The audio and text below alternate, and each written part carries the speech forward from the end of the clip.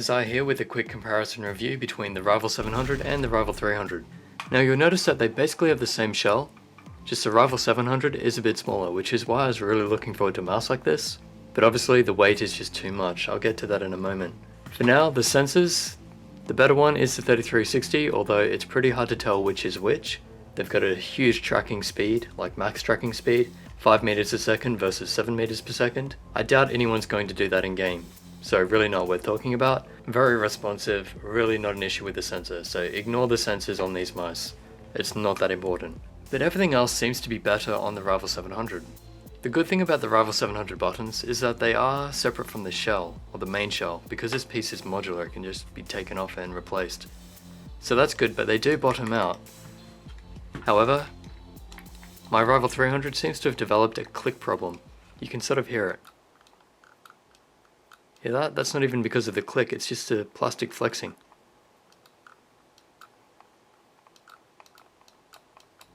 I don't know how common that's going to be or if it's just on the glossy copy, but it's something to be aware of.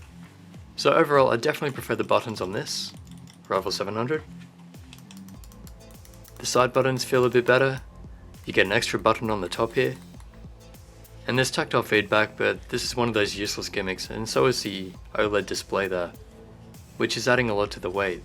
So if they didn't have a removable sensor, which again is pointless, and they didn't have these other two gimmicks, this could probably be a top recommendation, but because it is a bit too heavy, because of those useless gimmicks, I still recommend the Rival 300 over the Rival 700. And for those still asking, apparently they have fixed up the rubber side grips here. On the first versions they were wearing out really quickly, but these days they seem fine. I haven't used this too much, so this is a bad example, but from what I've heard, they're actually quite good now. And I'll just quickly show you the weight. So it's about 138 grams. I think when I did that last time it showed up as 137. And the Rival 300 is only 103 grams. Definitely a lot better. They're both RGB. They have similar scroll wheels, but the Rival 700 one, again, is better. It's got a better DPI button, or CPI as they call it. It's just a much better mouse in many ways. I really like what they've done with it, it's just the weight and the gimmicks that really kill it. It's such a shame. Still, if you are after a mouse like this and you don't mind the weight, then I'd recommend this for medium sized hands, so usually between 17 and 19 centimeters. And because of the height, it might be a bit hard to use in fingertip grip, but it should be great in claw and of course palm grip too.